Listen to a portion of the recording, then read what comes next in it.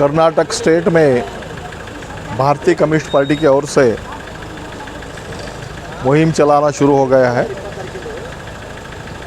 Subject है जो भावना पे आधारित सियासत कर रहे, राजकारण कर रहे, जो कि देश की सेंट्रल सरकार हो या स्टेट सरकार हो,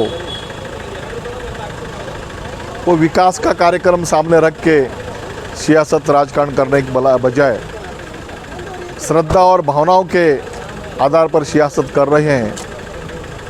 इसका मतलब ये है कि देश को इन्हें अधोगति में डालना है, देश को विनाश की ओर ले जाना है और कॉर्पोरेट सेक्टर के हाथ में सौंपना है।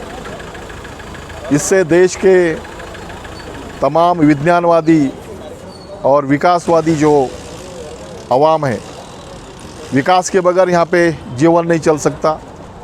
देश भर में पानी की किल्लत है, पीने के पानी की किल्लत है, उसकी उपलब्धि चाहिए, खेती के लिए पानी की उपलब्धि चाहिए और बेरोजगारी हटाना चाहिए।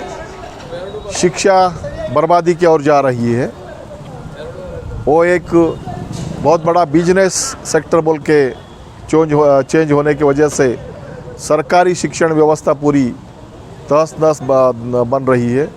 ये तमाम बातों की तरफ ध्यान रखते हुए, ठीक है भाई, राम किसी का श्रद्धा का स्थान होगा, हज़रत मोहम्मद पैगंबर किसके श्रद्धा के स्थान होंगे, वो अपनी अपनी जगह पे है, लेकिन उनके नाम पे सियासत चलाना या तो देश चलाना कहाँ तक वाजिब है?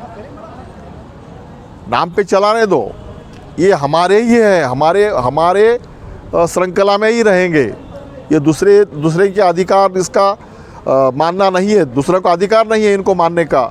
इस ढंग से जो केंद्र की बीजेपी सरकार जो आज दर्शाने जा रही है, पैसा तो गवर्नमेंट के तिजोरी में से गया है, ये नरेंद्र मोदी की जेब से नहीं गया है या तो आरएसएस वालों की जेब से नहीं गया है, उल्टा वो लोग आया हुआ पैसा बरच के घर भर ले रहे हैं। तो ऐसे स्थिति गति में राम अपनी जगह पे, मोहम्मद पैगंबर अपनी जगह पे, यीशु क्रिस्त अपनी जगह पे, वो अपने अपने मानने वालों के श्रद्धा स्थान है, लेकिन एक श्रद्धा स्थान को सब जन मानना ही चाहिए, दूसरा कोई श्रद्धा स्थान रहना ही नहीं चाहिए।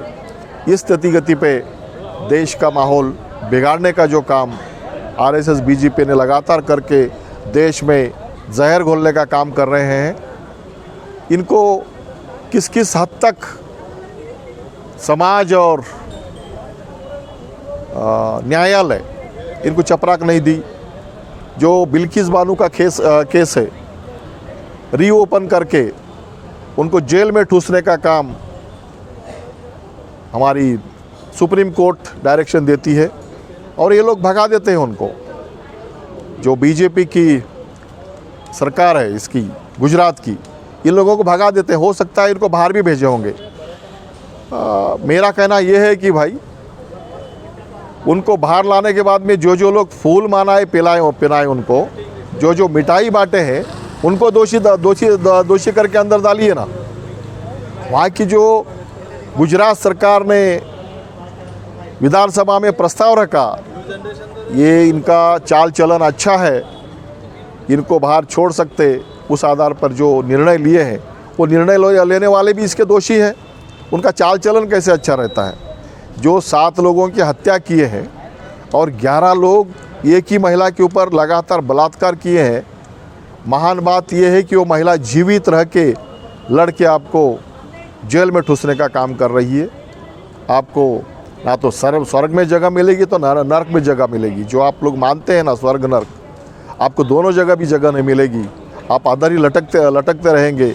ऐसे स्थिति का जो कारोबार, द्वेष भरा कारोबार जो आरएसएस ने इस देश में चलाया है, बहुत बड़ी चपराक न्यायालय ने दी है। अभी भी समझ न आई तो आने वाले 2024 के चुनाव में लोग उनको अच्छा सबक सिखाएंगे।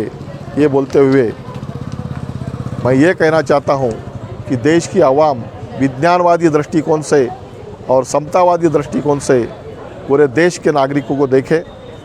हमारा भविष्य इसी में है, ये मैं कहना चाहता हूँ। मैं मौला मुल्ला, ऑल इंडिया किसान सभा सेंट्रल कमेटी मेंबर।